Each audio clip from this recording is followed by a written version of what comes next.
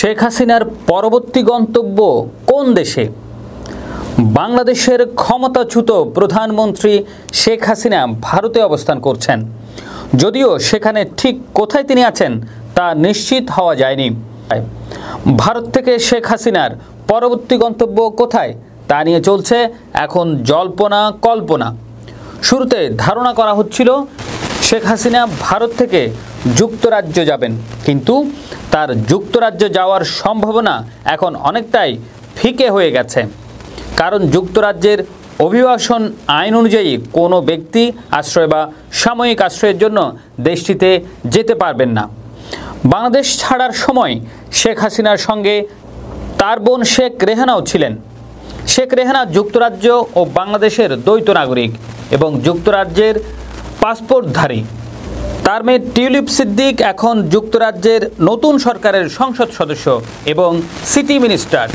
শেখ রেহানার ছেলে রাদওয়ান মুজিব সিদ্দিকী ববি ফিনল্যান্ডের হেলসিঙ্কিতে বসবাস করেন। রাদওয়ানের স্ত্রী ফিনল্যান্ডের নাগরিক। এক্ষেত্রে শেখ হাসিনার পরবর্তী গন্তব্য কি ফিনল্যান্ডে হতে পারে? এটা নিয়েও আলোচনা চলছে। 2021 সালে করোনা মহামারীর সময় নিউ ইয়র্ক সফরে যাওয়ার পথে শেখ হাসিনা হেলসিঙ্কিতে বিরতি নিয়েছিলেন এবং রাদওয়ান ও তার পরিবারের সঙ্গে সময় কাটিয়েছিলেন। শেখ হাসিনার ফিনল্যান্ড যাওয়া না যাওয়া নিয়ে দেশটির প্রেসিডেন্ট কার্যালয় থেকে এখন পর্যন্ত কোনো মন্তব্য করা হয়নি।